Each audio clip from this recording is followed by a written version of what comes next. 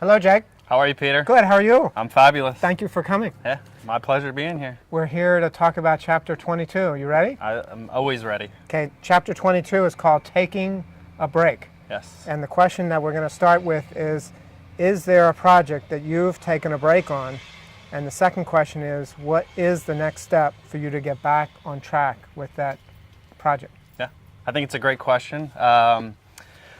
I'm not one to ever really take a break on a project, but over the last year, to backtrack that a little, you asked me last November to write part 2 of Rust to Trust, and honored I was, very much so. Took it on strong in the beginning, knocked out a few chapters, and then I stopped. And I think one of the reasons I stopped was I didn't have that confidence in myself to continue on. So instead of stepping back, putting principles in place, putting an action path, I resorted to Amazon.com. What do you mean by that? As my wife will attest to, a couple times a week a book would arrive at the front door. And I think that the disguise of a book was I was waiting for a book to give me the answer on what I needed to write next. What was that powerful thing that a Tony Robbins or someone that needed to give me, that I needed to invest in myself to have that confidence to take that next step forward of being an author.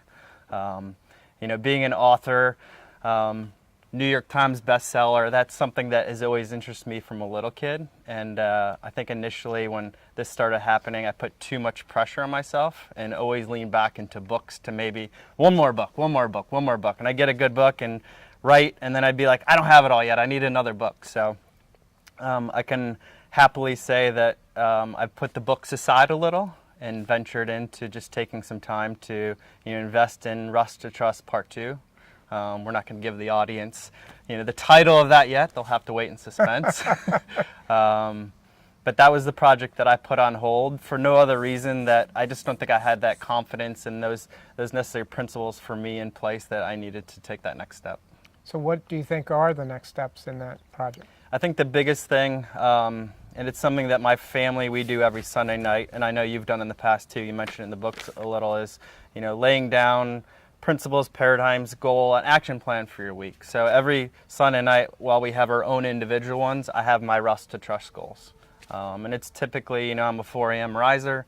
I like to get up early. That was my book time. Now I've substituted some of that book time to just putting things out on paper. All right. Good for And you. it's been good. Not only that, like I've formulated a new thought process, and the old writings we had, I've kind of put them in the back.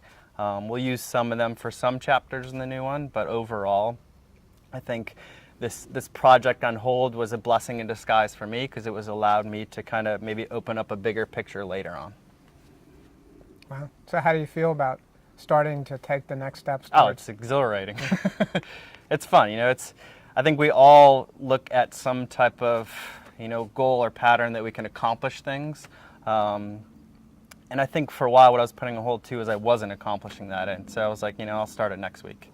And next week would come and, start it next week. It's similar to like, we started off the new year with like wanting to exercise a lot, and we get into that, January's great and we're getting at it. And then February comes and we're like, I'm tired. I'll take a couple days off. And then a couple days turns into a month. And the gyms are liking our deposit of membership money, but we're not giving it back in exchange. So it's been good. It's been good to see results, and it's been good to put things down on paper that eventually will inspire people, just like this book has inspired people.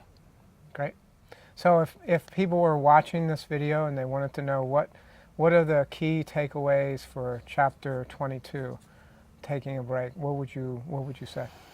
I think that the key takeaways is you always have to have some principle, some background, something in line that you can apply to what you're doing. If we just wake up and there's no rhyme or reason to what you're doing, you're going to get overwhelmed. And I think to some degree that's what I was hiding in a book. There's no rhyme or reason. The books weren't giving me, like, helping me write. It was just me putting off stuff. So, have those principles and paradigms, those goals in place, those actionable steps that my family does on Sunday night and I do every day to implement change daily. The more we can have those things, those are those takeaways that we can do. Some of the things that, sharing with, you and the audience that I've done is just writing in a journal in the morning. I wake up and nowadays for the first 30 minutes, I just write. There's no rhyme, reason, there's no point to it other than I can just kind of brain dump in the morning, maybe what subconsciously I've been thinking about in my sleep, but also what happened the day before and what I think might happen that day. That's been huge. Laying out a plan of attack, for the book in particular, having a table of contents. Here's what chapter 1's going to be, all the way down to I have 40 chapters in place right now, which gets me a little excited and goosebumps on the arms right now because the direction it's going, which I haven't shared with you yet, is going to be earth-shattering. It's pretty cool. Yeah, that's really great. Yeah. You're getting me excited. Yes. So why don't we end this chapter and just one of the things I like to do is talk about one of the key points in the book on page 110, and I picked out key point number 7, and it was basically to live each day to the fullest and don't take life for granted. And so maybe you can just talk about that key point as you relate to that. Yeah, I mean, I have a good story as I was talking with a patient the other day, and they, as triathletes, runners, people that, try to get after things and are goal-oriented, people on the outside sometimes look in like, how do you manage your time? What's your time management? I feel like I don't have enough time in my day to get after stuff. And, the one thing I said to that person was, you don't have enough time. And they gave me this blank stare like, what do you mean I don't have enough time? And I was like, you asked me that question a few minutes ago, that time's gone. So if we don't really maximize the next 5 minutes, next 1 minute, the next 12 hours in this day, that time's gone. We can make more money. We can go find more water at the grocery store, things like that. But we can't make more time. Time is the one commodity that's just it's gone. It comes, it goes. It comes, it goes. Some people say, oh, I'll push it off to someday. Well, your someday it doesn't exist. As we took a seminar a couple months ago, the lady said someday is not one of the days of the week. So if we don't make use of the time we have now, today might not, or tomorrow might not be here.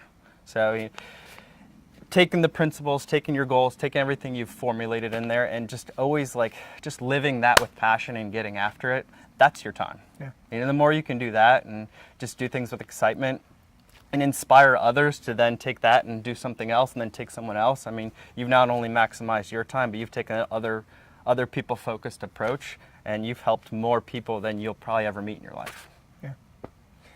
I listen to you and I hear the passion in your voice, and I guess the summary takeaway from me and listening to you is I think what you're talking about is figure out what's important in your life and really focus on the importance. Mm-hmm. And when you talk about time, just in a funny kind of way to me, I think it's easy to get pulled into the urgent things that there's always going to be urgencies, but if you don't figure out what's important, then other people's urgencies become what you focus on. Yep. And then you're not focusing on what's really important. So in a funny kind of way, if you really do figure out what you said, is figure out what's important in your life first and then focus on that, it really does give you more time. Yep. More time to spend on the important, and by focusing on the important, maybe the urgencies become less and less. Yep. So thank you for being here, Hey, and thanks for sharing always a pleasure. your stories with us. Yeah. We appreciate it. Yeah. Thanks.